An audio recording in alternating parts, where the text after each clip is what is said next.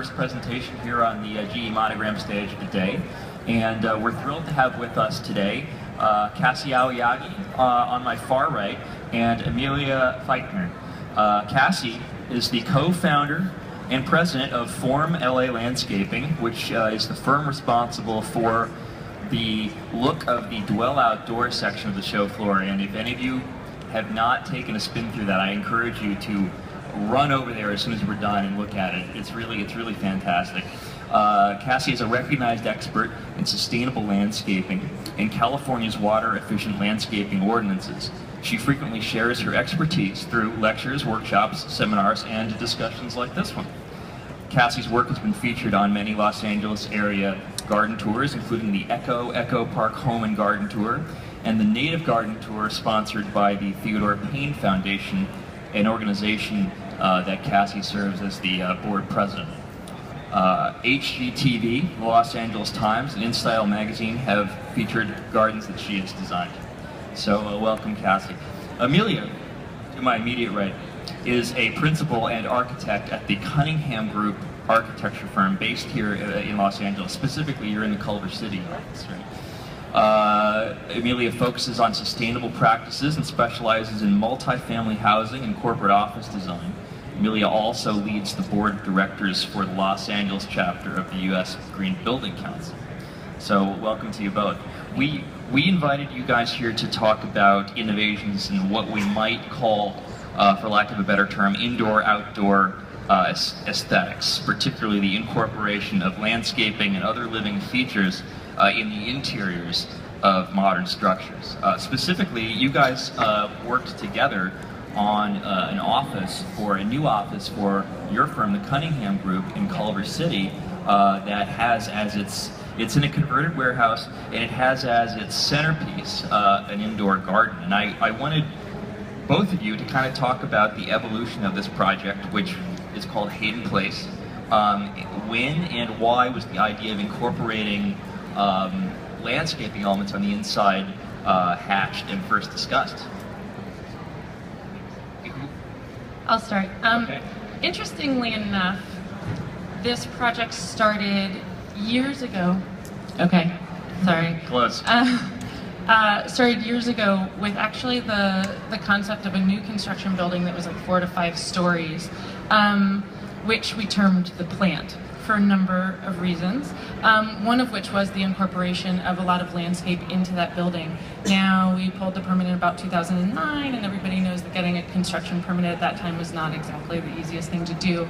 So, and actually, I don't even know if you know this, but we internally call this one kind of the seed, because we took the concepts from that larger plant. The seed? The seed, and rooted the concept of transforming this this concrete warehouse into an office that really reflected the same goals that we had outlined for the larger building. The plant. The plant.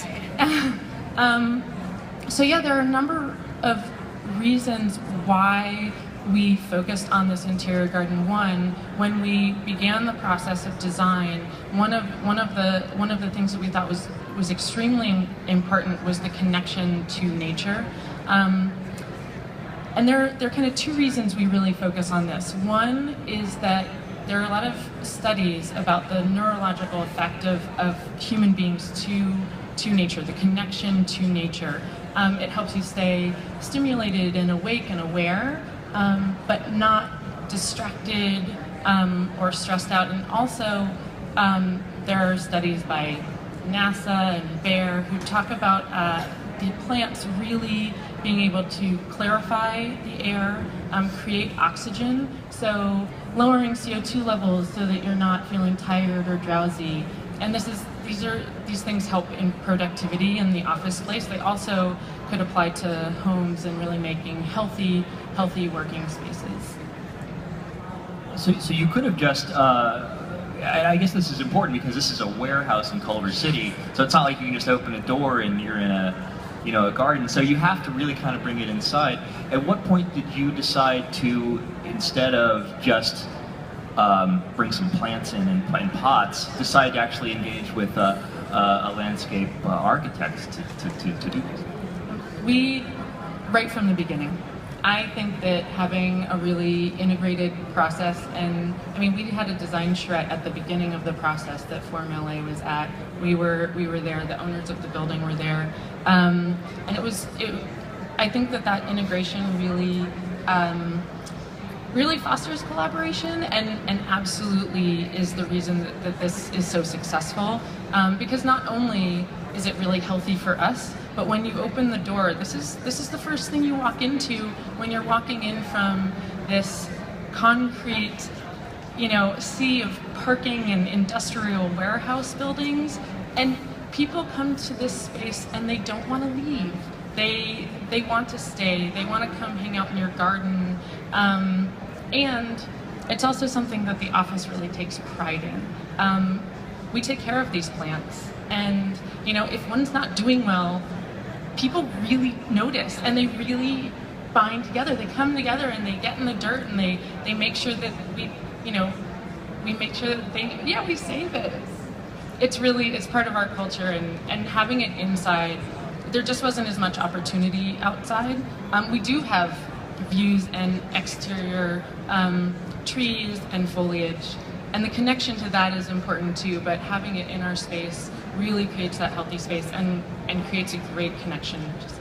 I'd love to hear more about the design and planning process, and Cassy, maybe you can talk us a little bit about how you guys, once you were brought on board early in the process, how those discussions went and the planning and what you brought to the table at that point. Yeah, it's significant to be brought in early because you're able to have a full picture of what all the moving parts are going to become, instead of just being brought in as the landscape consultant towards the very end when the landscape's going in. You don't have any context for why this came to be and all of the discussions that happened.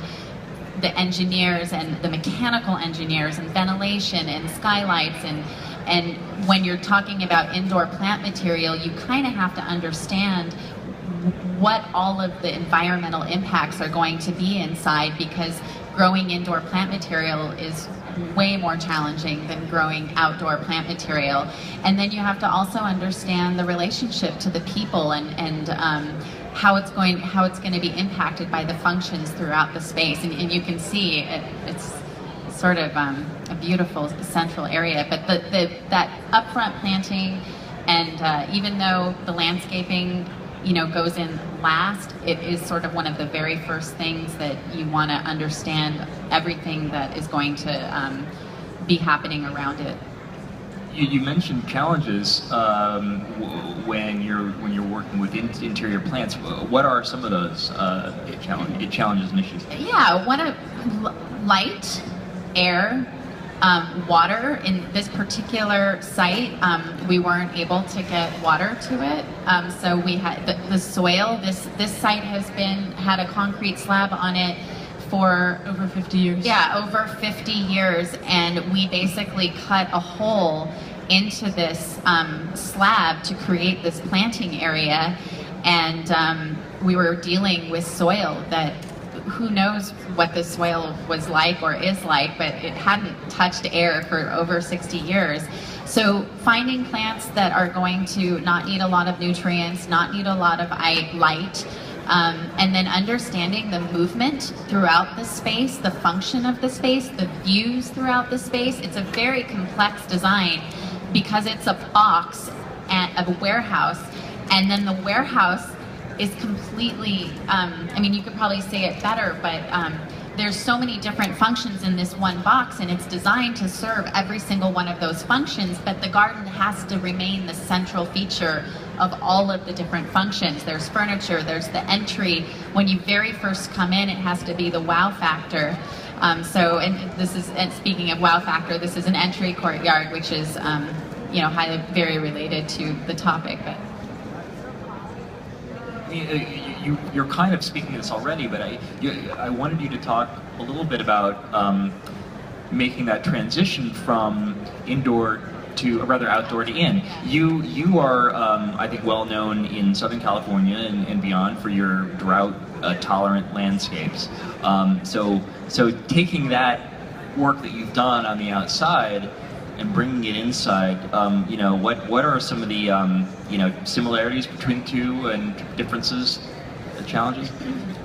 Yeah, I would say that our core philosophy is bringing people to nature, and which is what Amelia touched on initially, and then bringing that nature into context with the lifestyle and the architecture that people are going to be experiencing in that space. So as far as a shift philosophically, there is none. You're still trying to encourage that nature belongs in our urban setting. Nature doesn't just belong out there somewhere. It belongs with us, and it's the only way really that we're going to remain and become more aware of sort of what might be missing in our day-to-day as far as birds and butterflies and all those things. So the shift philosophically from outdoor to indoor is really identical.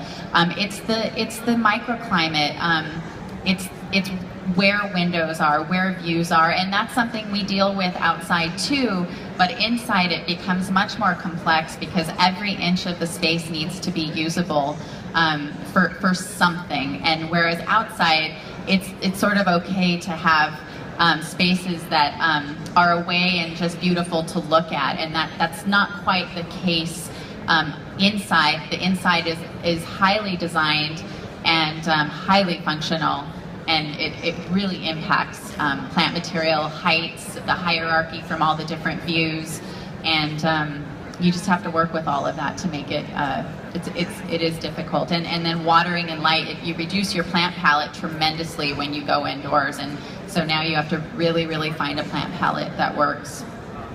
Right. Well, Amelia, earlier you mentioned that there have been studies done, one by NASA, I think you mentioned Bayer, and they talk about the health benefits, productivity benefits of bringing landscape elements inside into work, specifically into workplaces.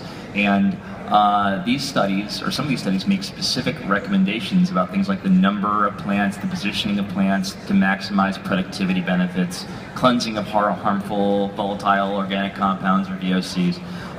Did these recommendations influence the design process for this space? Yeah, somewhat. So in these studies, they say, it varies a little bit, but they say that you should have a plant for every 100 to 130 square feet of indoor space.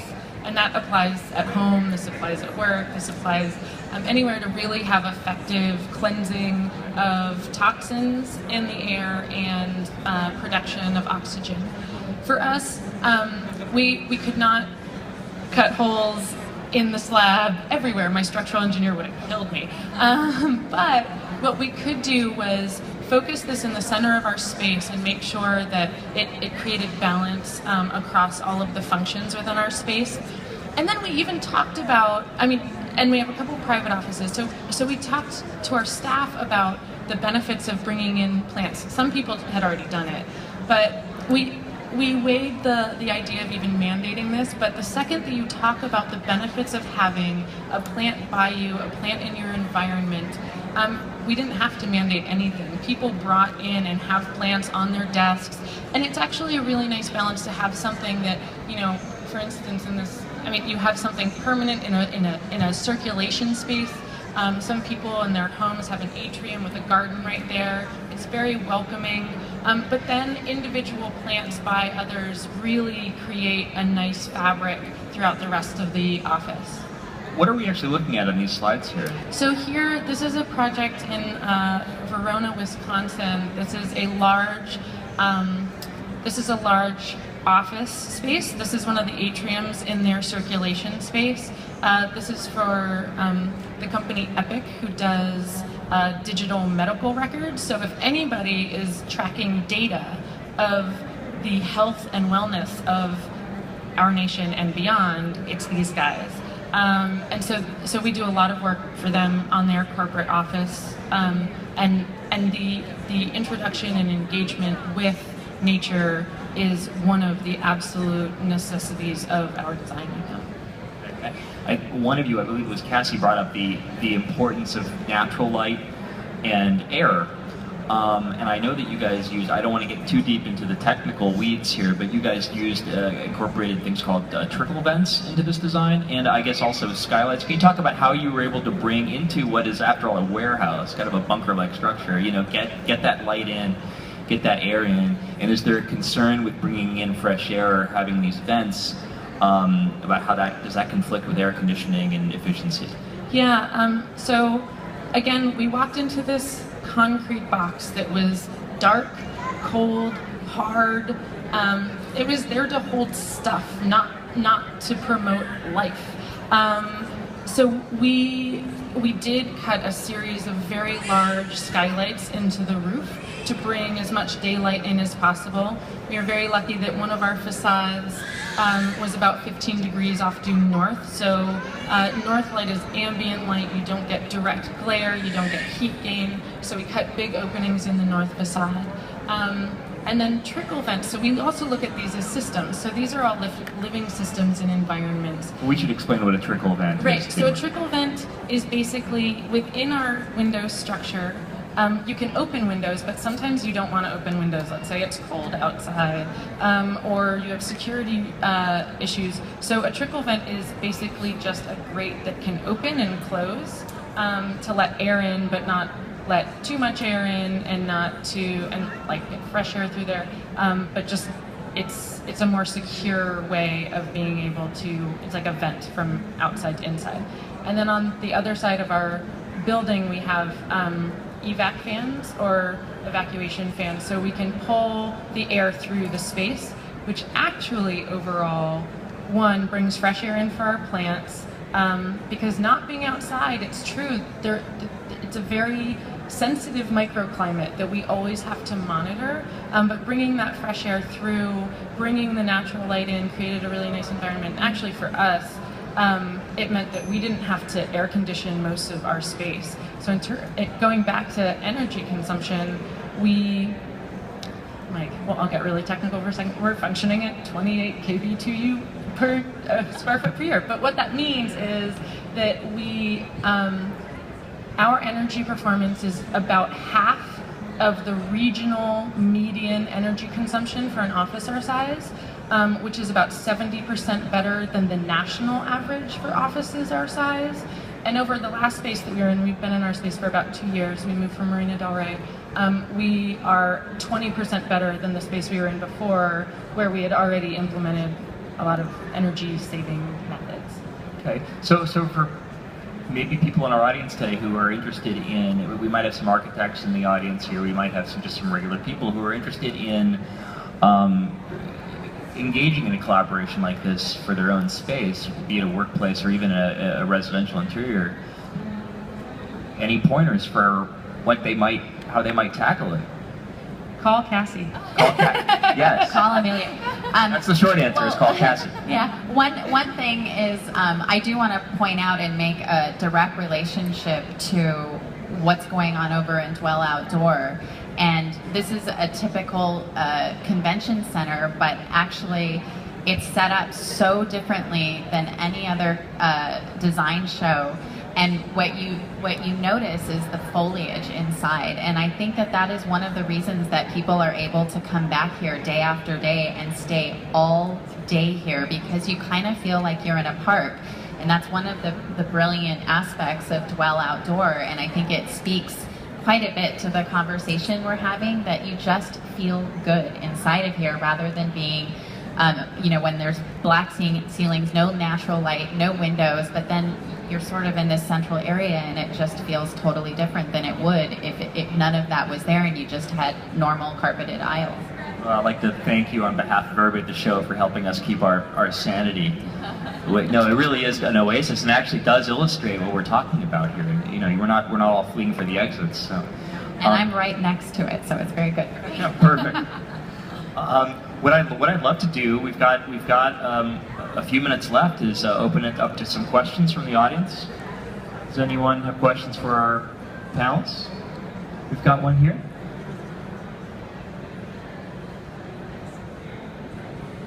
Hi. Do you have any special tips for rooftop gardens, especially for Californian climate? Rooftop gardens. Did you ask if we have any, Have any recommendations? Is that the question? can you be a little more specific? Just special tips or any kind of special considerations you have? I think that understanding why you want the rooftop garden is one of the very first things to identify with, because rooftop gardens, I think that after a lot of research that there's a lot of benefits to them, but they don't necessarily do all of the things that maybe we thought that they did originally, like save water, but they are a wonderful way to redirect stormwater runoff, but at the same time they're very high maintenance, and they do take a lot of water to keep living, and the plant palette is typically quite narrow depending on the area you're in, and there's a lot of pre-planning as far as engineering and per square foot load, on the roof. So anytime you have water next to a structure, there's always a lot of planning and things you need to be, and I'm sure Amelia could talk for hours about that. But the tip is they're absolutely beautiful. If there's a way to incorporate it for the right reasons and under the right circumstances, I would recommend it. Thank you. But we still have a couple minutes left. Anyone else? We've got one in the front here. Hi. Could you address a little bit more on watering, like watering in your office space? Because you did mention that. Yeah, absolutely. So that's a great question. We talked about our watering methods when we were going through the design process. We currently hand water. So we talked about putting in an irrigation system, but through discussion, and I was actually surprised to hear that hand watering can be more efficient than putting in an irrigation system. It also is a way for us to engage in the plants and again give people real ownership over the garden. So when we first were establishing the plants, it was much more often. I think to get the actual numbers, we probably watered like 3 times a week for the first few months, and then now we're back down to maybe once a week, and then if they look thirsty, we give them a little bit more. It's an amazing, first of all, hand watering is the most efficient way of watering. It's pretty unrealistic for most circumstances, but it is amazing how in touch you become with plant material when you hand water. You recognize exactly which plant needs something, when it needs something, about how much it needs, and I think that's part of the therapy. It absolutely is. I will tell you that we have employees that are on a rotating schedule because so many of them wanted to be involved, and it does give them a break. And we talk about productivity, but they do it on their own time. They get up, they get away from whatever is going on in the office. They spend some time growing something, and it makes them feel better. So it's therapeutic, and yeah, it really. I'm surprised they don't get overwatered. Can I ask a dumb question? I've been asking dumb questions for 3 days, but here's a really dumb one. When you talk about hand watering, are you talking about using a garden hose, a watering can, or what method? It's a good question too. So first we had watering cans, and then people said this is going to take us forever. So we got a longer hose and hooked it up. So we just bring the hose in and spray it down. We've only had one hose malfunction in the office, which was really exciting. But honestly, you just stick the hose in the garden and go turn it off. And I will say that the hand watering, especially indoors where you don't have any natural rainwater, that you're able to rinse off the foliage. And one of the things that, every now and again, it's good to just water from the bottom, and actually you open up the stomata underneath the leaves, which is where the plants breathe from and photosynthesize. So it's just a whole neat thing, and it's actually quite scientific to hand water. Well, great. We're out of time, but if there are any other questions, perhaps our panelists wouldn't mind lingering for a little one-on-one time after we finish. But I want to thank you all for being here and ask you to join me in thanking our panelists, Cassy, Aoyagi, and Amelia Feichtner. Thank you.